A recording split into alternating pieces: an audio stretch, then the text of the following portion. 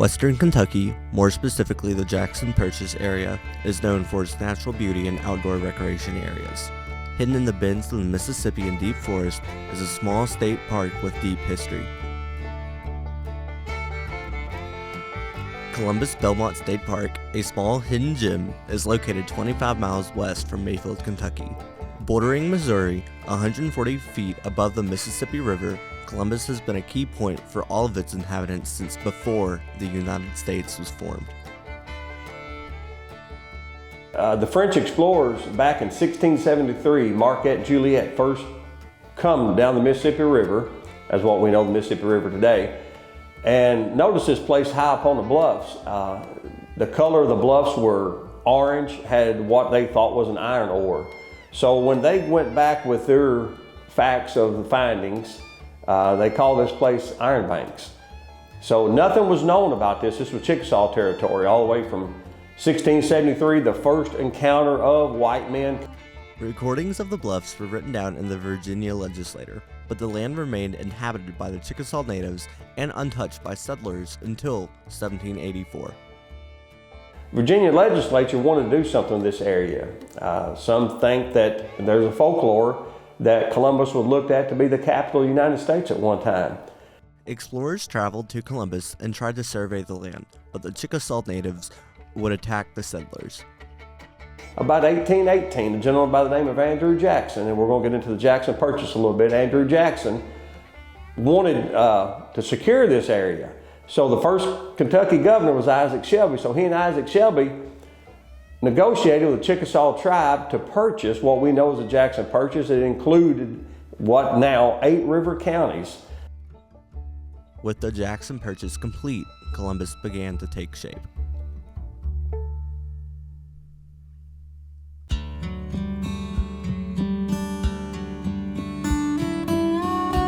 So in about 1890, surveying began again, and they laid out what would be in the floodplain of the Mississippi River. The town of Columbus was formed. They formed a government in around 1920, 21. They started selling city lots.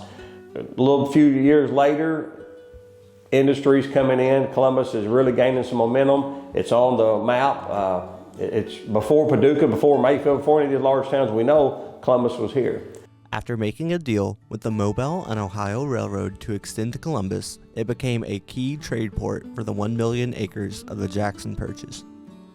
So they traded and was able to send things all the way back down to the Gulf through the railroad. Industry picked up. Columbus was really making a name for itself. With a large factory and mill industry, Columbus was on track to becoming one of the largest cities in Kentucky. But all things came to a halt at the start of the 1860s.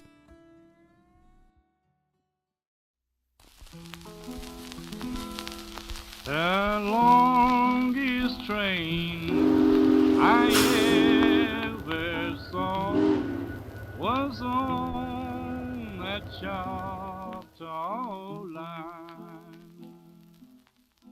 And we all know what happened in 1861. Kentucky was neutral. Kentucky was going to be neutral in the Civil War, didn't want any part of it. But a gentleman by the name of Leonidas Polk come up the same railroad that Columbus was so proud to have, come up and unloaded, I have read, from 17 to 19,000 soldiers, unloaded Confederate soldiers right here. General Polk decided that him and his soldiers would stay there, fortifying it to gain control of the Mississippi River. So they set in sometime in September and fortified this place, as we know now, heavily fortified. 140 large cannons up on the bluff, entrenchments that run for miles. They really had it secure. Well, there's another gentleman that's going to get his name mentioned, and he wanted to make a name for himself, General Ulysses S. Grant. This was Grant's first encounter when we get into the battle. General Grant learned that Confederate soldiers were stationed in western Kentucky. Even though Kentucky was neutral, he brought his men down to Paducah and Cairo to secure them. Grant, now stationed less than 20 miles away at Cairo, planned a surprise attack on the Confederate outpost, Camp Johnson, in Belmont across the river from Columbus. So Grant had a grand scheme that he would land his steamboats about 3 miles up the river and march his troops down. So the outpost at Columbus was not expecting it, first of all. They hurriedly dispersed. There was about 300 plus casualties on both sides. but the Confederates ran out of ammunition. The large guns that Polk had on the bluffs here couldn't do anything because of hand-to-hand combat. It was too close. With what seemed like Grant's first battle won, the Union raised their flag and burned the camp down.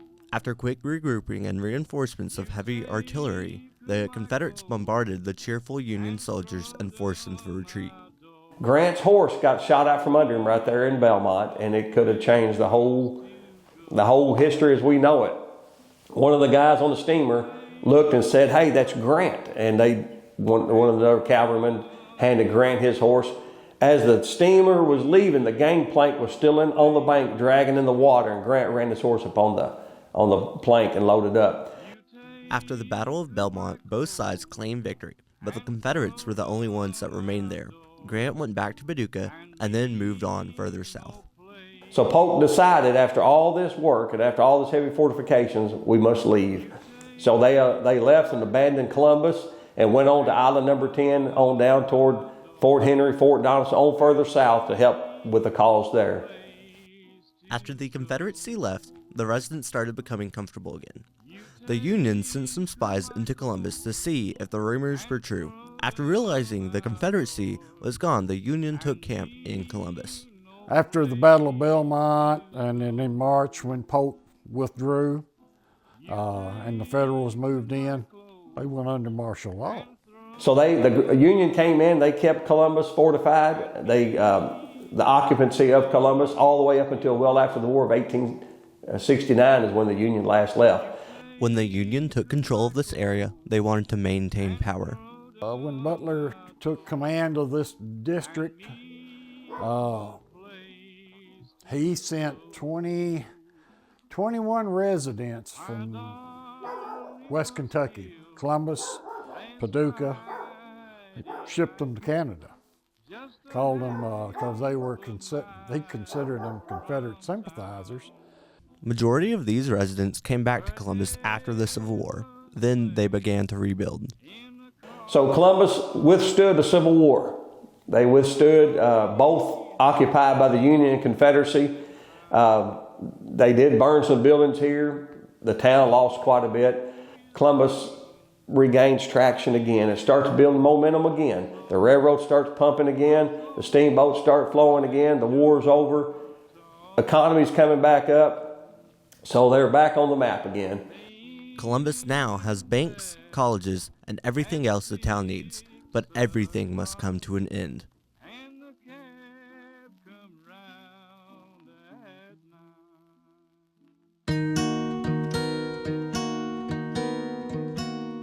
So 1927, about April 1927, a flood hit. It wiped about 350 feet of its business district right into the river. 140 or 50 homes destroyed. It's just total loss. About June, another flood hit. So I guess if you want to say insult to injury or rubbing salt in the wound, Columbus was hit again in June by another flood. Marion Rust, a Red Cross agent, was assigned to stay and assist the town of Columbus. They looked down at this town and they shook their head and they said, there's no way to build this town back. We're not going to use tax dollars, we're not going to use American Red Cross money to rebuild in a floodplain, so we must relocate. So he came up to what we know as modern day Columbus now. They relocated to the top of the bluffs, the same iron banks the French explorers witnessed and where the fortifications were. And while Marion Rust was here, he looked around and he said, man, I cannot believe all these Confederate trenches, all this fortification is just here, overgrown and brushed with briars and vines. And he had a purpose, he had a mindset that there must be something done about it. So in the back of his mind, while he's relocating Columbus, taking the churches above the hill, taking what homes they could, rebuilding, in his own mind, he kept coming back to this place and looking. He walking these hills and these trenches and thinking, this is incredible. We need to build a park. We need a memorial here. So not only working for the American Red Cross, he starts talking to the state of Kentucky about possibly a state park here. Between 1927 and 1934, the state decided to establish Columbus Belmont as a state park. After setting aside money and getting workers to clean up and preserve the area, February 10th of 1934, Columbus became one of the oldest Kentucky state parks. So through the efforts of Marion Rust and through the devastation of a flood, we now have a state park. So to say something good comes out of something bad, there's a very good instance of it. In June of 1934, the Civilian Conservation Corps, a government relief program during the Great Depression, and other volunteers helped build the same pavilions and paths that are used at Columbus today.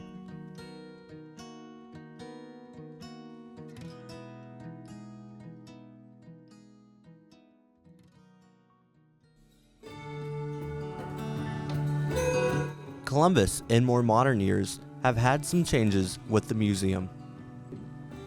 The museum I grew up playing in was wall-to-wall relics.